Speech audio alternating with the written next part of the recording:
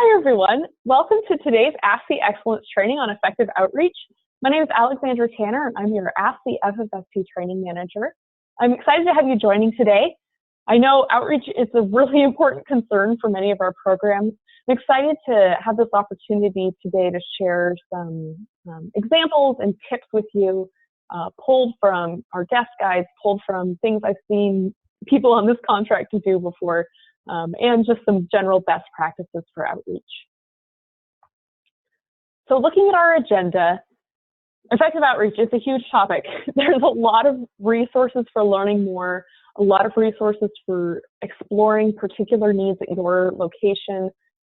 Today, my goal, I just want to touch on goals for outreach, give a brief overview of these are kind of big overarching concepts of outreach, examine a tool that you can use in your marketing planning, and review best practices for some common publicity methods. So looking at, before I jump into those methods, just wanted to frame our discussion today around what our actual goals are for conducting outreach. I think sometimes we can generally just get hung up on, I don't know, I know I'm supposed to do outreach, I know I'm supposed to contact people, but it really helps if you have a more specific goal that can target the work that you do. So looking at the Navy's expectations, this is, for those of you who are contract employees, this language comes out of our performance work statement. If there's anyone on the line who's a government employee, this is probably inserted into, I'm not sure where this originally comes from. It might be in an OpNav. It might just be boilerplate Navy language, but for contractors, this is specifically part of our contract. So I'm just going to read this out. You might not have seen this before. It says, contractor staff shall support an outreach approach to the greatest degree possible in planning and delivering services. At a minimum, outreach efforts shall target command leadership, schools, and other organizations to reach the most at-risk groups, as in first-term service members, victims of domestic violence and child abuse, geographically separated or socially isolated families, single parents, foreign-born spouses, and special needs families. Outreach is accomplished through aggressive marketing of all FFSP services, as well as through the development of networks and through community-based service delivery that is designed to promote self-sufficiency. Needs assessments shall be used to identify target groups in need of outreach. So I just wanted to pull two big ideas out of this. You can see, one, identifying some specific groups for us to be concerned about. So, you know, our at-risk groups, the Navy really wants to make sure that we're not leaving people behind, that we're not just thinking of our own experiences, but that we are reaching out to those who need our services the most. And then it also emphasizes the importance that marketing and outreach plays in a well-functioning state and family support center. I really like how, I might be jumping ahead of myself actually when I say this, but we'll talk about this again later as well. But for me, when I first started developing this training, my concept of outreach was really formed by just marketing. You know, outreach is the contact you have with other people, the promotion of your services. But that's really that is a small part of what outreach actually means, and a small part of what makes outreach successful. So I really liked that right here in this definition, or in this kind of expectation from the Navy, marketing is just one part of that. We've also got the development of networks, community-based service delivery, and using needs assessments to identify our target areas. Okay, so that's from the Navy's perspective. That's their expectations for us. So want to now talk about just kind of the concept of having goals for outreach. So your efforts can be directed at a lot of different goals, all of which are going to contribute to furthering the mission of keeping individuals and families resilient and strong. Depending on the types of services your program offers, or even current conditions at your location, you might have different goals though. You know, we've got some locations who you are in a really densely populated area, and you don't have a problem with people walking into the center And so you're able to kind of focus your outreach on other, I don't know, reaching certain commands or something. We've got other people who your center is geographically isolated from a lot of your population, and a lot of your outreach is concerned with reaching those individuals. Again, there really isn't a right answer across the board when we talk about this. So some things that I was thinking about that you might have goals for currently could be one, increasing attendance at events. Maybe you're someone who, you're seeing people who are walking into the center, coming seeking services, but not having many people attend workshops. And so you're interested in increasing attendance at that. Or maybe interested in increasing the usage of a specific certain service. So let's say, you've got people who are coming in for financial counseling, but they aren't really coming in for clinical counseling. And so your center is concerned about promoting that service more, or getting that into people's minds. Or even, people are coming to classes, but you want to see an increase in a specific outcome, like higher employment rates after transition. You've got people that are attending TGPS, they're doing all their resume workshops, they're doing all these things, but it isn't necessarily translating into higher employment rates. That's an aspect of outreach as well, increasing the actual outcomes. Sometimes, I'm sure all of us feel like we can always use more people coming and using our services. But, as we want to continue expanding our vision and expanding our goals, we can also look to increase those outcomes. Okay, so with all that said, I now want to take a moment and hear from you guys. What are your current outreach goals? So you are welcome. If you're in Zoom, you can type in the chat window. If you're not in Zoom, or you just want to speak up on the line, I welcome you to also speak up on the conference line. I just want to take a minute, let you guys tell me about what are your current outreach goals. This can be generic or very specific of like, I need to reach a specific command. And we'll put these up on the board.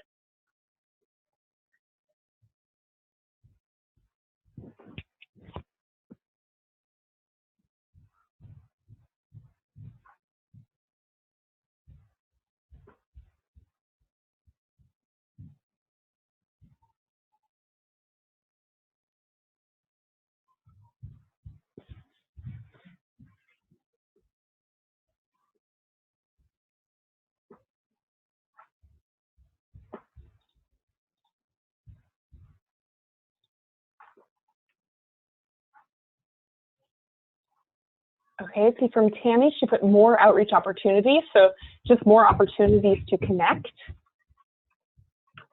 Right. Great. Let's see. Caitlin shared outreaching with commands so they know you're available to offer support and trainings and send people to your direction. Okay. Yeah, this is something I've heard before. There are some locations with even specific programs that sometimes get a lot more buy-in than others. And it's really difficult for you to reach every individual service member. You've got people coming in and out. There's thousands of people involved. But if you can establish that connection with command and they send people your way, it really narrows that funnel. Let's see. Kayla's looking for increased attendance at life skills classes.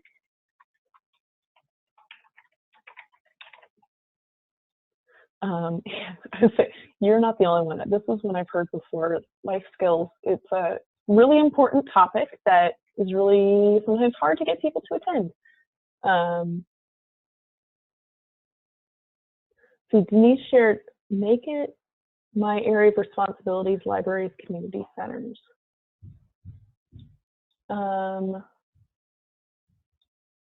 Denise, I feel like I'm missing a word there, maybe. I don't quite understand.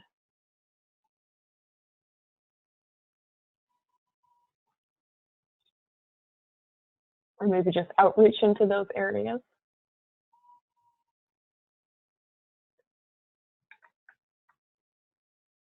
I'm just going to put that to community organizations.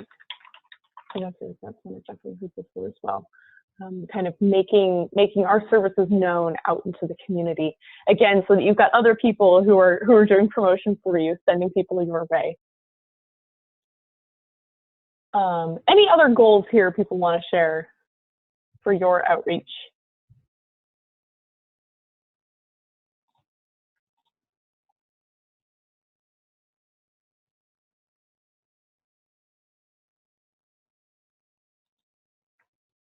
I'm going to put my own outreach goal here.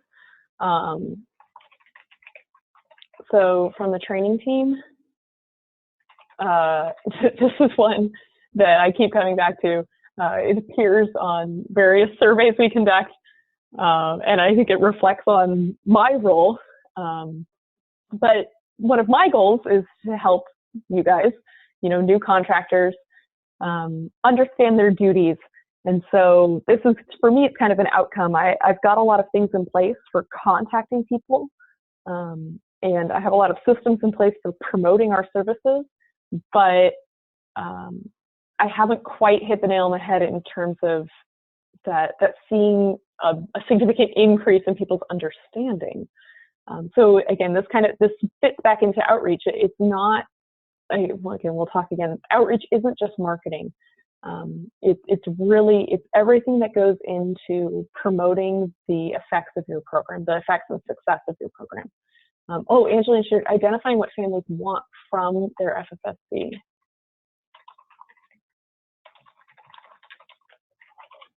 Very interesting. And we're going to talk about a kind of a tool to help us do that later as well. That's a big part of outreach strategies, is figuring out what it is that people actually want. Let's see, Twee shared working with different teams. She's been working with the Liberty Locker team to coordinate an evening course, also with the chaplain, with decompression night as additional outreach. So yeah, working across the base into different organizations to be able to offer these like collaborative opportunities. And Kayla shared increasing awareness of child abuse and domestic violence education, prevention, and reporting. I'm just going to put awareness at the moment so it fits on screen. But yeah, so again, increasing awareness of the specific goals of the programs that you're facilitating. Great. So you can see here, we all have different goals for our outreach, and those goals are going to shape what strategies work best for us, what work we need to do next. So I'm going to jump back into my slideshow.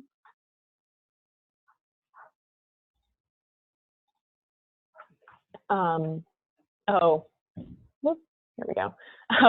So if you're looking at the screen right now, you should see a really, really ugly, big yellow call out saying always follow your local guidance.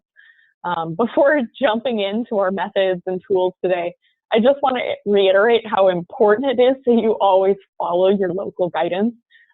Talk with your local supervisors about local expectations. As we talk today, especially as I start talking about specific tools, specific methods, it's important that you understand just because something's being done at one location doesn't mean it can or should be done at yours. Always work through the proper permissions before making any changes at your site. I think this will become especially important as I talk about social media use, which we'll get to eventually.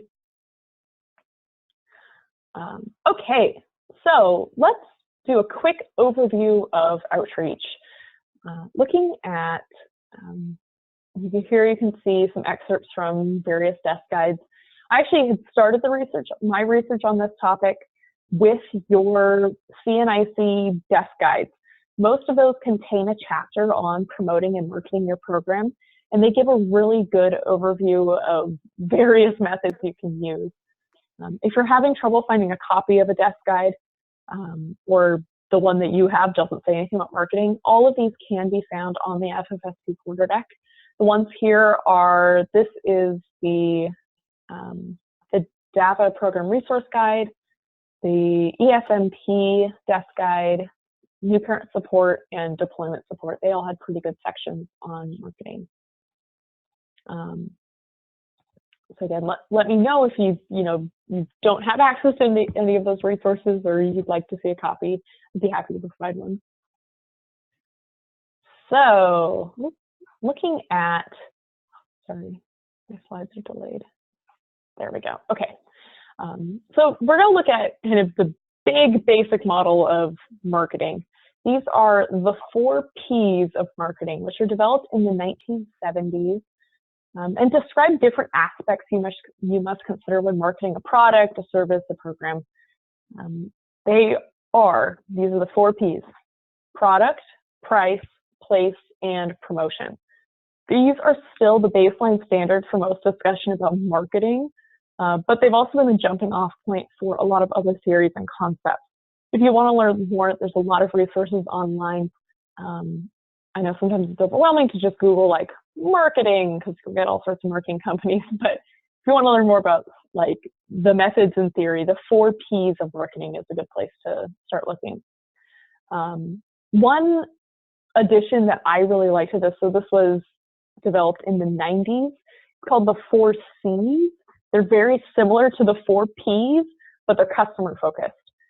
So I think it's valuable to have them alongside each other. So the 4 Cs are customer, cost, convenience, and communication. We're going to talk about each of these more specifically, but that's why I have them both on the screen here. They're very closely related, and I like using them together. So let's first talk about product and customer. This involves thinking about what are the needs of my customers and what products do I have or can I create to support that need. You want to make sure the services that you offer are valuable to your customers. So, as you're planning your outreach, as you're looking at like organizations you want to connect with, think about whatever I'm offering, is it of value to this organization or this person? With Trainng Family has a variety of programs, a variety of services, but some are more pertinent to people at different places in life. Something like the New Parent Support Home Visitation Program, pretty specifically, it is for new parents. We don't really need to waste time promoting it to people who don't have children or are not eligible for the program. I think that, that's a really simple example, but as you think about, the products you have or things that you're looking to develop, are they of value to your audience? Or if not at the moment, how could you make it of value to that audience? Okay, next is price or cost. This describes what does the customer have to give up in order to participate. We're really fortunate the services offered at Trainng Family are free, but customers will have to give up time, perhaps participation in other activities, and depending on the service, maybe even some of their pride to admit that they need the help. In order for people to participate, they'll want to understand that the benefit is going to be greater than the cost. We'll talk a little bit more about messaging with this, but I think it's really important that a lot of times kind of the boilerplate language for our programs often describes just the requirements and the issues it's going to resolve. But we can message it very positively. We can talk about the benefits of participating in the program, not just all the things it's going to cost you. Next is place or convenience. How easy is it to find information about your program, or how easy is it to access services? Do clients have to drive far? Can they find the information very easily online? I had pulled this screenshot from, what is this? This is the Pacific Northwest, like Trainng Family. Yeah, this is, I think, one of their AFSC, or I think this is like their just general family life website, but then they have more specific for Trainng Family. I really liked the layout of their website. I just thought it was really clear and you can very easily find information. I think this was a good example of making making things convenient for clients. And finally, promotion or communication. This is the one I think we often think about when we think about marketing, but this is, how is the customer going to learn about your product, your service, your program? Is it going to be online? Is it in a newsletter? Is it in a flyer? Are you visiting commands? All of those things go into promotion or communication. Okay, so I hope you can see how a breakdown in any of these areas would affect participation. If your product isn't valuable to customers, whatever publicity or efforts you make to make it convenient and accessible, it's just not going to attract participants. Or let's say your product is exactly what a customer needs, but they've never heard of it, or they can't give up the time to participate. It's important that we think about all of these things together. As you identify the goals for your outreach efforts, the first step towards those goals is going to be identifying which of these areas needs work. When all four of these are working together, that's where you see, that's the goal of outreach. We're always going to be working on at least one of these areas, though. So we're now going to take a look at a tool for organizing your thoughts. I know it's a lot of elements to keep track of. There's a reason people build their entire careers out of marketing, and that's none of us. We have a lot of other duties. We have a lot of other things on our plate. So in case you don't already have a process in place to guide your marketing efforts, we're going to take a few minutes right now to show you one that was developed by leadership at AFSC. This is a really brief description of the process, but if you're interested in learning more, we did actually did a full webinar of it. You can find it on the FFSP quarter deck. It's called Enhancing Program Outreach. And let me know if you need help finding that. So again, this is going to be kind of an overview of this tool. There's a template of this in the email I sent to participants beforehand. I can send it again after as well as we look through it. So here we go. The first step in this process is called target segmentation. This addresses that first C with the customer. So customer segmentation is the process of breaking down your customer base, figuring out who it is you're trying to reach. So on a high level, we offer services to sailors and their families. Breaking that down, we get sailors and their families. Let's focus on families now. So breaking down families, we get spouses and children. And then, of course, within Navy spouses, you've got a range of ages, education levels, employment statuses, etc. There are countless ways to segment your customer base, but there are some groups that are going to be more important to target than others. On this worksheet, you can use this to brainstorm different segments that you touch and then prioritize which ones you want to focus on reaching. So if we were to think back to, sorry, I'm getting ahead of myself. Looking at this example, this template is filled out a little bit. This person wants to promote their parenting skills classes. And so this is organized to kind of help you with your brainstorming. It, again, can be overwhelming to just think of all the random customer segments you touch. But first, we have the largest groups who don't participate. So think about, people who need this service but aren't participating. Maybe senior personnel, people with multiple children, groups who need you the most. This person I put people who are new to the Navy. They already have kids but don't know about the programs. People who have children age 4 to 7, children age 10 to 14, families who, they have a parent leaving for deployment. And so you kind of fill this out based on, again, needs at your site, things that you have seen, your thoughts on the different customer segments at your location. And then, as you fill this out, you're going to have some groups that you really want to prioritize. You're going to have others who, maybe it's, it's only 2 people and you're going to reach them a different way, whatever. So step one is just filling out all the segments. This is the brainstorm, the brain dump, get it all out there, and then start ranking it based on, who are the ones you really want to focus on. Mark them A, the ones who are important, but you think outreach efforts might be okay at the moment, mark them B. Those who you really think you're reaching, mark them C. Again, this is, use it to what is useful to you. This is a tool to help you organize your thoughts. Okay, now let's look at step two. So step two is where you start, we're going to combine thinking about your customer and cost. So this is where you would brainstorm reasons that your target population would participate, the what's in it for me, and reasons they don't participate. So here you can see, again, I'm thinking of our parenting skills classes. This person just chose their target audiences overall, just in general. You could put specifically here, like new parents or senior personnel, whichever group you want to target specifically, and just focus on them. Or again, you can do this overall. So just brainstorming top reasons they would participate. They're concerned for their kids. They're looking for an improved home life. Maybe it's mandated by a divorce court. They like food. And then top reasons that target audience might not participate.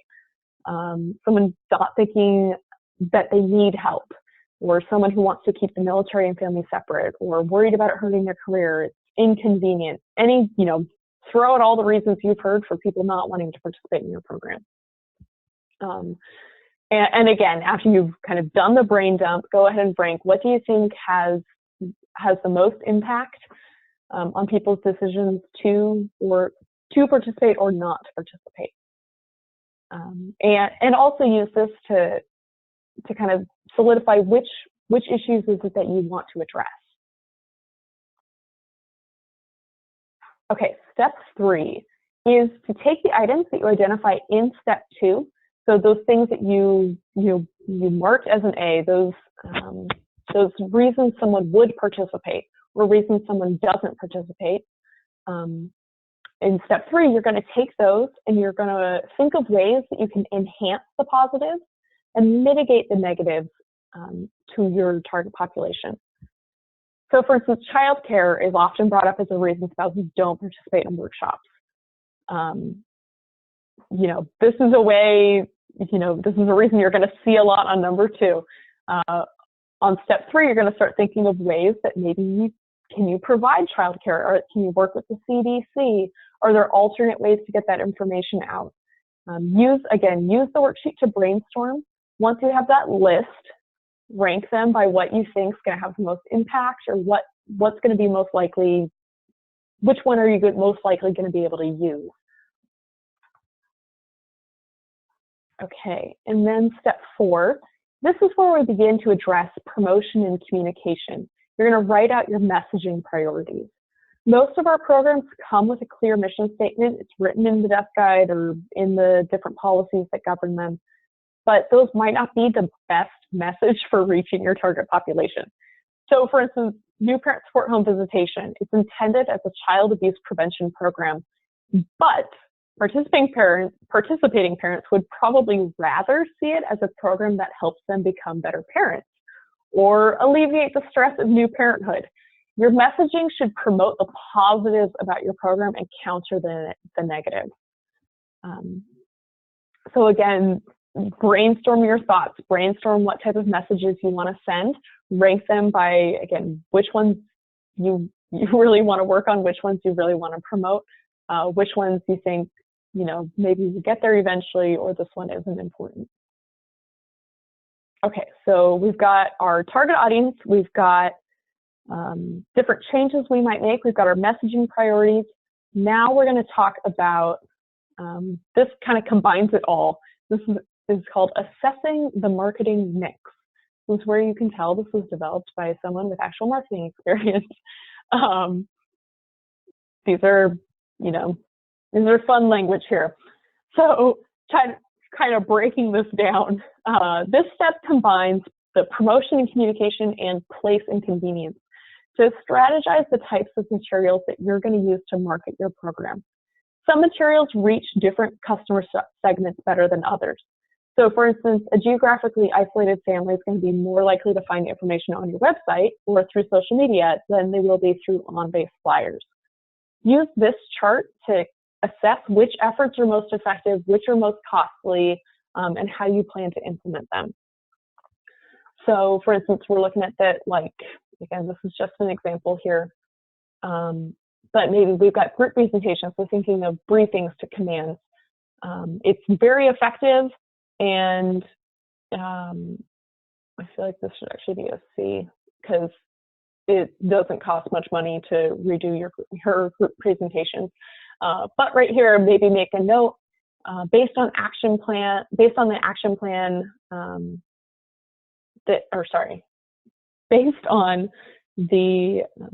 messaging that you came up with in step 3, you want to refocus your script. Same with the emails that you've been sending. You've thought about, going back to step 3, thinking about the positives and negatives, the changes you're making. You want to update that email that you've been sending to highlight some of the positives. So again, use this chart to just keep track of your ideas, keep track of possibilities. I also like these quick little bullets up here. Just a reminder, the relentless pounding home of a consistent message. People need to hear things 7 times to remember them. That's kind of the word on the street. But I think it's true. Sometimes I get caught up on assuming that I've told someone something once, so why don't they remember it? Because I only told them once. People need to hear this from multiple locations, multiple sources. Next, rapid experimentation. That isn't a standard formula here. Again, this is why all of this is really based on brainstorming. Throw out all of your possibilities. Start trying things. I like this. I can't remember. This was some study that they just tried changing the color of an envelope, and that increased the rate of people actually opening that piece of mail by 3 times. It can be something as simple as that. And then finally, focus on the correct elements of your marketing mix. Focus on those things that are going to be the most effective and are going to that have a good balance of they're the most effective and they're going to cost you the least amount of effort, maybe not effort, least amount of time and money. Again, like I stated earlier, we are not necessarily marketing professionals. You've got a lot on your plate. You've got a lot of other jobs you're trying to do. So focus on those things that are going to be the most effective. Okay. Finally, I wanted to just show off an example here of how the messages you identify during that process could be highlighted in this flyer. So on the left, we can see the original flyer, baby in dock, pretty standard, and it looks good. Frankly, well designed. It's got all the information. It's easy to read.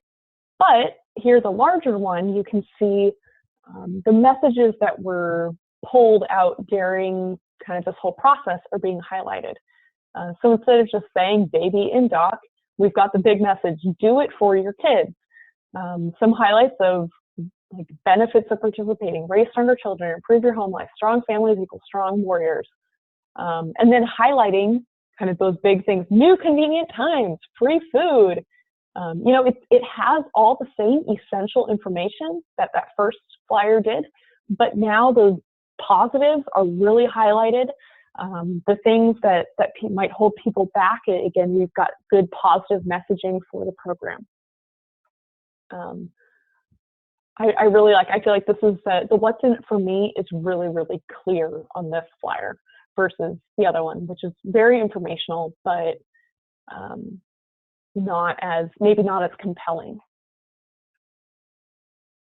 Okay, so this final slide, this is all to say, if you do this process, it's a rinse and repeat. You just keep trying things. You just keep thinking of your customer segments. You don't know if something's going to work until you try it. As you learn more about this process, again, there is a full hour-long webinar explaining this tool specifically that you're welcome to check out on the AFSC quarter deck. But if you just want to, use these templates to try your own, to try organizing your brainstorming, they were attached on the email that I sent earlier today. Okay, moving on to publicity methods. So I think this is probably what a lot of us are thinking about when we think about outreach. We're thinking about what exactly is it that we're using to touch people?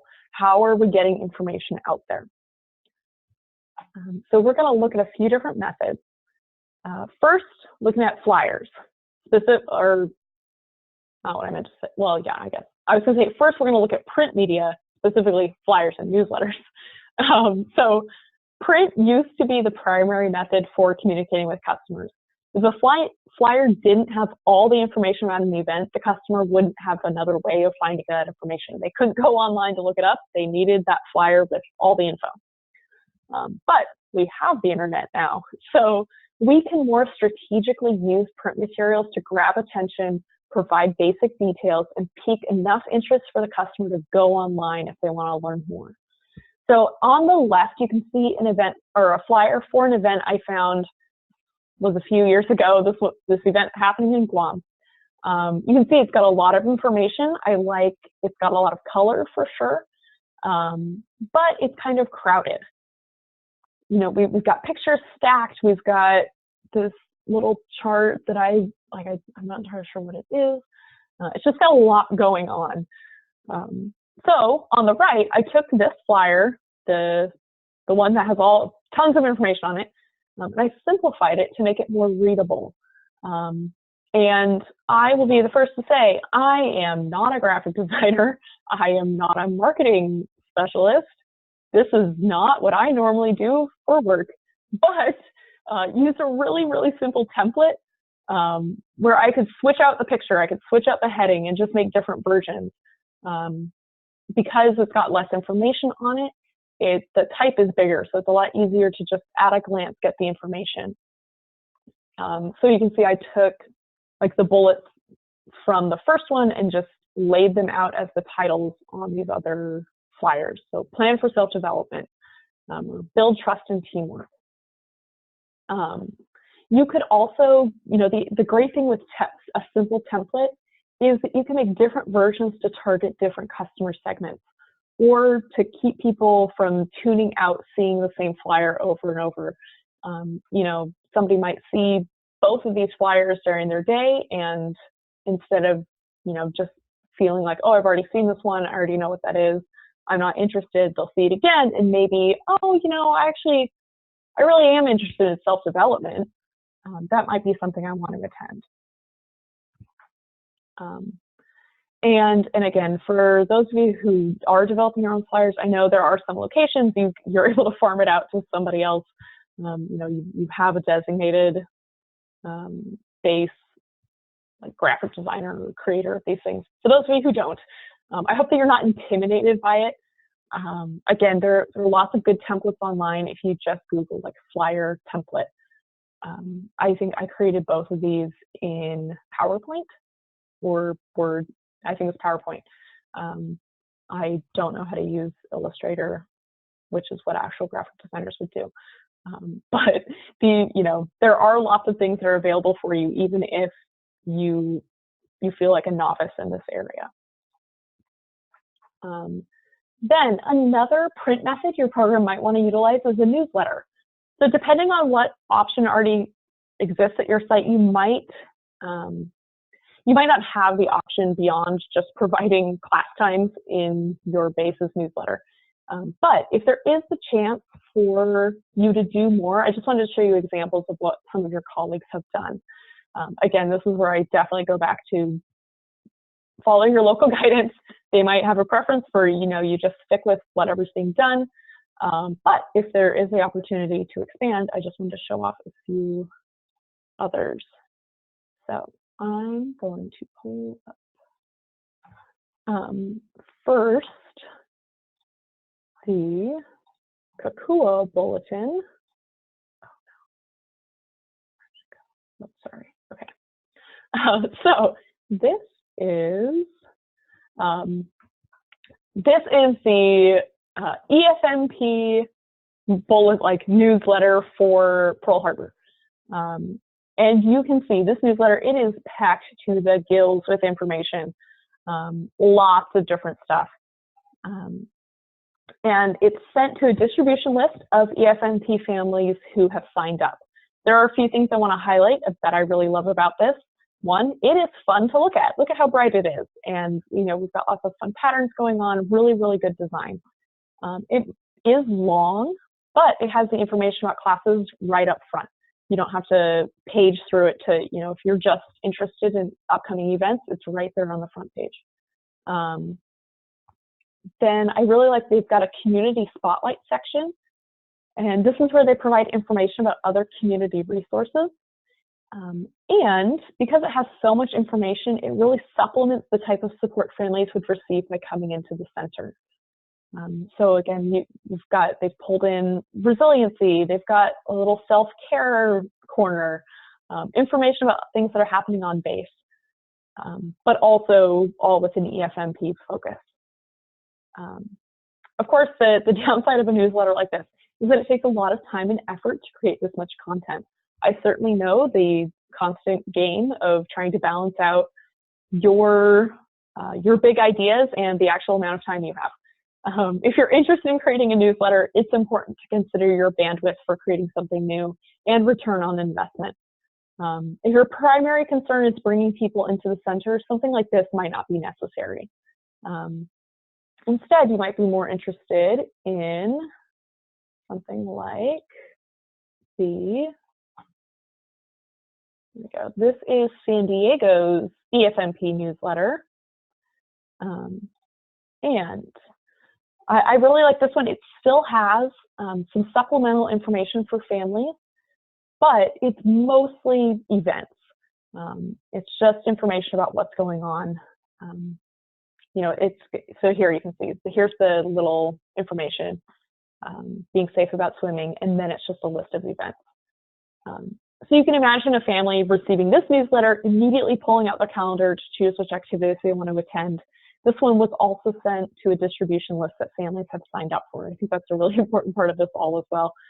Again, following your base procedures for contacting families with things like newsletters or flyers. Okay. For those of you who were registered this morning, if you received that email from me, I did attach copies of these newsletters as well, so you can look at them. Okay, so now the big one, social media. I want to reiterate, you should always follow your local guidance.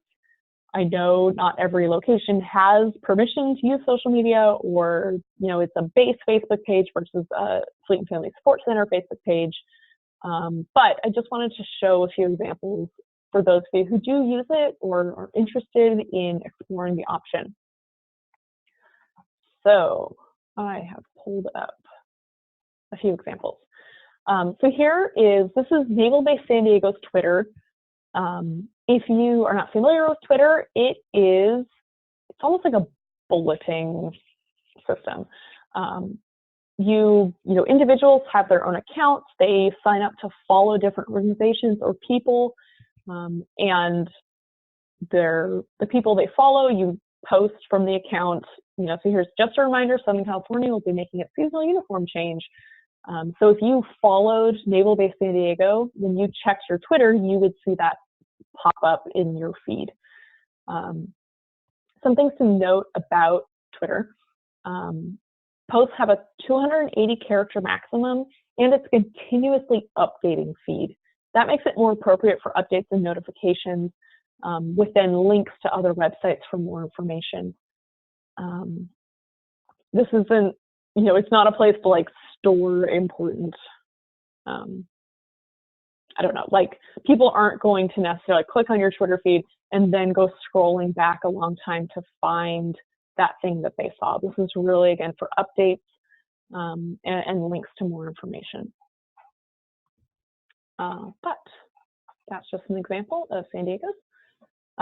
Then I also wanted to show off a few Facebook pages that I really like from various Fleet and Family Support Centers. So this is Jacksonville's, and really quick, Facebook. for those of you who are not familiar with Facebook, Facebook users see a feed of posts from accounts that they follow, people or accounts. But Facebook has an algorithm that prioritizes things it thinks the users are going to be more interested in seeing. Twitter used to be totally just based on whatever was most recent, and I think it is still that way. Facebook is very much by the algorithm now. And so two things the algorithm really prioritizes are posts with pictures, videos, and posts from accounts that post often. So I really like these next few I'm going to show you have really maximized that. Jacksonville's done a really great job of using that algorithm to their advantage. They post regularly. They accompany information with pictures, and they've used Facebook Live to post videos before. So I just wanted to show, so like here you can see Captain Connor would like to hear from you, and it's got a link. So again, this is going to be prioritized because it's got a link. Same here. Just a quick little reminder, spring forward, if time changes, it's recommended to switch out your smoke detector and carbon monoxide alarm batteries. This is something that if it was just the text, not many people would likely see it. Because it's got a picture though, it's more likely to pop up in more people's news feeds. Same with here's their job fair. They made this nice little flyer that fits in kind of Facebook's rectangular image template. Sorry, I'm trying to say. If this were a longer full page rectangle, not all that information would appear at once. I just want to note this person has done a really good job of making this fit on a Facebook newsfeed. And then I really wanted to show you this.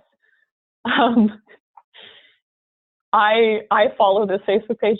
I don't live in Jacksonville. I just like what they do, and so I've been following it. And I truly saw this on my feed the other day and was so excited because look at how cute these puppies are. And they totally got me. Here, the post is, yes, these adorable faces can be irresistible, but what are the costs behind them? Base leaders were educated this morning about service members purchasing pets. And so it's just a little post about, come in, visit your financial counselors. They're here to help, especially with pet fees. But what an attention-grabbing post. This was way more interesting to me than just something saying, come visit the Fleet and Family Support Center. So really loved this. I also wanted to show off San Diego's Fleet and Family Facebook page. They have, I can't remember where I need to give credit. I know Jacksonville does this, and there's another location that started it, and maybe it was Mayport or Gulfport or one of those. Anyway, but I think San Diego has been the most consistent in doing it now. They picked it up and have been doing it, but they call it What's Up Wednesday. And they use Facebook Live to broadcast a video where they interview a person from around the center to hear about their job. So here is, I watched this one earlier. This was Rodney Green. He's one of our contract buddies talking about deployment support. And it's a 2-minute long video just talking about the services offered in deployment support. It's a great way for people who follow this page. They've been introduced to one of our deployment support specialists. They gotten to hear about the services offered. And because it's a video, it's going to be prioritized in their newsfeed. So it's more likely that people are going to see it. And here you can actually see, it's really cool. Facebook shows you how many views it has. So this one, 9,000 views. Looks like this is with their CMC, 580 views. Let's see. Oh, this one's a funny story. Anyway, so kind of the views are going to get pushed up higher and higher when more people share it, when more people talk about it. Anyway, just wanted to show, I thought this was a good example of some creative use of Facebook. And finally, this is Naval Air Facility El Centro. I don't personally know anyone who works here. I can't even remember how I found this one, but I found it when I first put together this training, and I thought this was the cutest idea. So I know it's overwhelming to think of something to post every day, if this is something you want to get into, but I thought that whoever did this has found a really great way to do it. So they, in the summer, hold a 100 days of summer safety. And they apparently, it looks like they asked kids to draw like summer safety tips. So this is, don't swim in a canal because a snapping turtle will bite you. You know, a good tip. And they post one of these each day. So let's see, what's this one? Don't let a stranger get you. Good thing to remember. But anyway, so they post one of these each day, and that keeps their feed new. It keeps it updated. It keeps it appearing in people's news feeds. And frankly, in my opinion, these are adorable. It's more likely people are going to interact with it. They're going to like the page. They're going to keep coming back. So anyway, thought that was just a super cute idea of someone doing some kind of creative outreach. Okay, and I think we're coming up on the time. So I just wanted to round us out with the idea that I'm sure you can see from all of this, there are a lot of possibilities with marketing and outreach. And I encourage you to take a look around at other programs and organizations and think about what works for you. What personally grabs your attention? Obviously, for me, it is puppies and children. But, you know, that might not be what grabs your attention. And that's okay. That means, you know, there's a segment that you're more likely to reach than I would be. So think about what grabs your attention, what makes you want to participate in events. Again, this has been a really brief introduction to some outreach principles, but I encourage you to apply these efforts and share your successes on the AFSC quarter deck or share them with your colleagues. I know this is a concern for everyone across Fleet and Family. So please feel free, you know, post on the quarter deck, send me an email, send me examples of your flyers, events, your efforts. I love hearing about the things that you are doing, and I will keep incorporating things into this presentation as I give it in the future, because I am really inspired by the work that you guys do, and the efforts that you have made to connect out in your community. Okay, and with that, I want to just wrap up and say thank you all for joining me today. I hope that, you know, you've gotten at least some idea of something you want to do to improve your outreach. This meeting has been recorded, and I will provide, I will post this and send you guys the link to the recording as well. But with that, I want to say thanks, everyone. I hope you guys have a great day and a great rest of your week.